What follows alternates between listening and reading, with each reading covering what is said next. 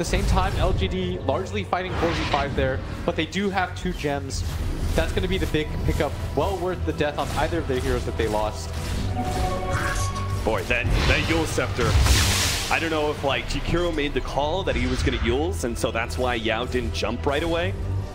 But there was definitely a little bit of, it felt like it was going to be a kind of dysfunctional fight if Yao tried to burrow strike right away. They were trying to drag things further to the cliff on the right because they knew there was no vision up there with the gem. And so he was trying to set up for that free epicenter, but that fight was still really awkward for both sides, and now EG gonna play very decisively here, try to get that Roshan fight. I mean, has EG had a team fight that wasn't awkward?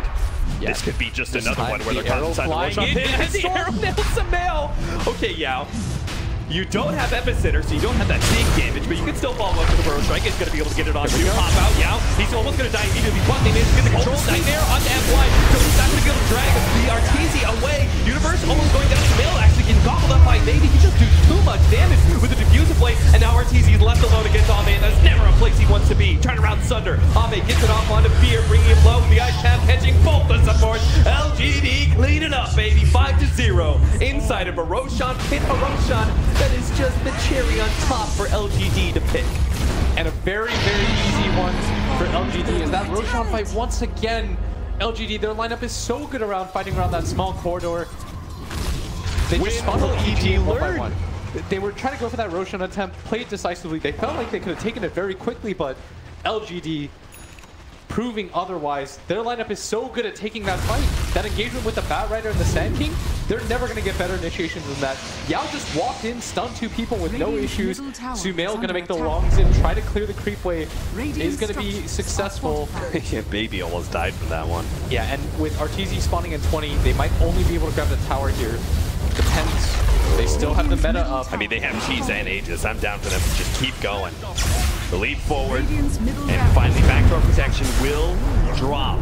There's the jump in, managed to finish off the Aegis. Crit's gonna have to give up his life for that one. Nightmare does buy a little bit of time with the Winter's Curse on Yao. Ame kills his own ally. Not gonna be caught by the Fiend's Grip. None of LGD can actually stop that one, so maybe they can kill it. But Crit, he's having a hard time with the illusions. He has to roll away, but not gonna be able to do so. The cheese goes off from Ame.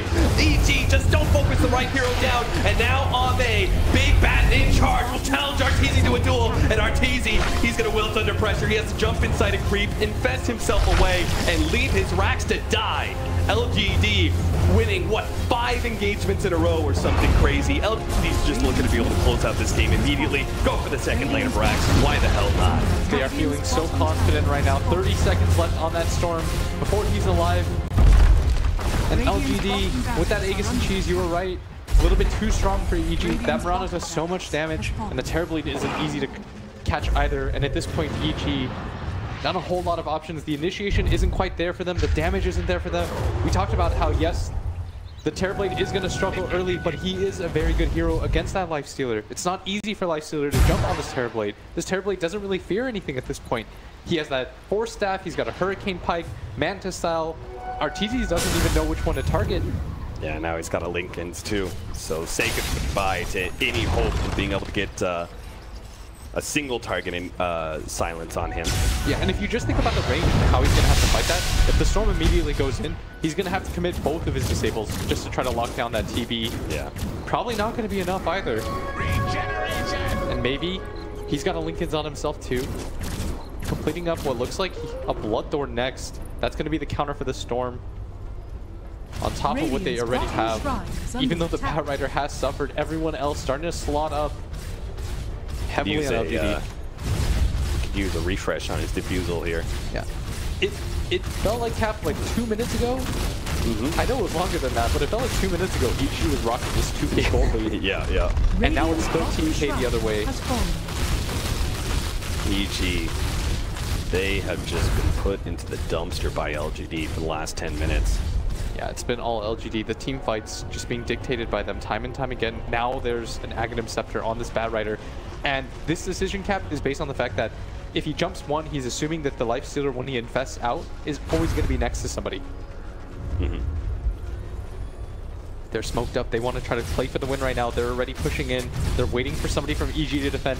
Wards out by the Sand King. Yao They can get deep into the base where EG probably just won't have the positioning available. And he's going to start beating onto that tier 3. Who's going to jump forward? It's going to be Crit. Just a stun, rolling himself back. Now Sumail tries to follow that one up, managed to dodge back. FY unable to be able to get the lasso out, but doesn't waste it. He still got it.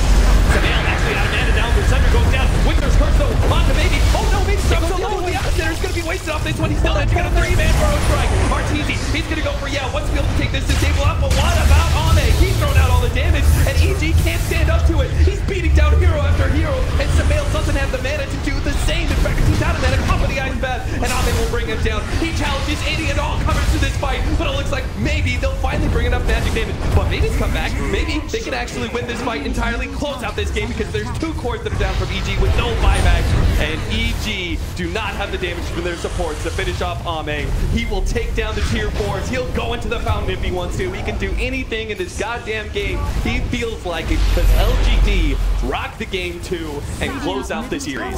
Some very scrappy game number 2 as EG led for the majority of it. LGD had a very rough laning phase. They lost all 3 lanes. Can say that with some confidence, but the team fights were there around the Roche pit every time. EG just weren't prepared.